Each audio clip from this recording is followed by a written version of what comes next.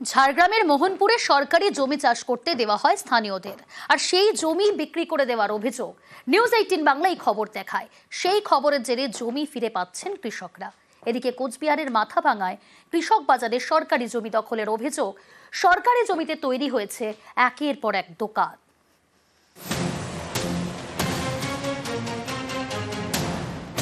কোচবিহারের মাথাভাঙা 1 নম্বর ব্লক, এখানকার পচাগড় পঞ্চায়েত এলাকায় রয়েছে কৃষক বাজার। সেই কৃষক বাজারের জমি দখল করে একের পর এক দোকান তৈরির অভিযোগ। দিনের পর দিন এই যে মান্ডিতে জায়গা বিক্রি করে না কিভাবে কি করে দোকান একের পর এক করতেছে।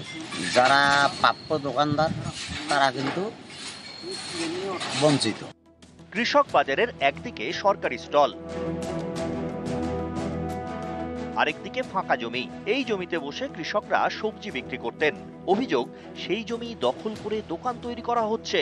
এইসব দোকান বিক্রি করা হচ্ছে সবজি বিক্রেতাদের। এখানে যদি আমরা সবাই দোকান করি, বাইরের থেকে লোকজন আসে, মালজাল নিয়ে যায়। আমাদের যদি ঘরটা না থাকে তাহলে আমরা মালটা কীভাবে রাখি? আমি এই বাবুর কাছে ঘরটা ব্যবহার কর, এই জন্য আমিও নিচ্ছি। খরচা পয়সা নিচ্ছি, বেশি আহামরি পয়সা নেই আমার কাছ থেকে। কত টাকা নিয়েছে? 12,000 টাকা। এই বিষয়ে আমার কিছু জানা নেই। যদি কেউ সরকারি জমিতে অবৈধভাবে নির্মাণের কাজ শুরু করে, এটা একদমই অবৈধ। আমাদের যারা উদ্যোগ কর্তৃপক্ষ আছে বিষয়টা তাদেরকে জানাবো, তারা যাতে বিষয়টাকে একটু দেখেন। ঝাড়গ্রামে সরকারি জমি, সেই জমি বিক্রি করে দেওয়ার অভিযোগ। গত রবিবার এই খবর দেখানো হয় নিউজ 18 বাংলায়। খবরের জেরে পদক্ষেপ। জমির দলিল খতিয়ে দেখে রেকর্ড তৈরির কাজ শুরু করেছে ব্লক প্রশাসন।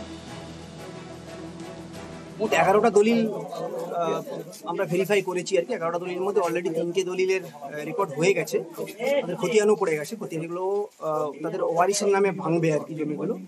তো প্রপার ওয়ারিস সার্টিফিকেটগুলো পেলে আমরা ধাপে ধাপে আশা করছি খুব তাড়াতাড়ি আমরা ওদের নামে রেকর্ডগুলো করে দিতে পারবো। এটা আমরা ঊর্ধ্বতন কর্তৃপক্ষকে জানাবো। ঝাড়গ্রাম শহরের কাছে মোহনপুর মৌজা। বছর 20 আগে যোগেন মাহাতো নামে স্থানীয় একজনের থেকে 30 একর জমি কেনে সরকার।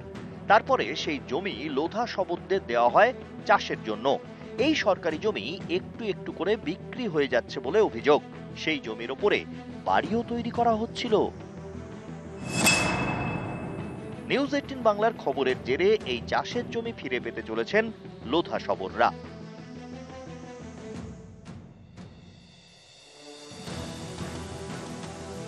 ওয়ারিশ সার্টিফিকেটের জন্য কিছু বাকি ছিল, ওগুলো ওয়ারিশ সার্টিফিকেটগুলো জমা দেওয়া হয়েছে।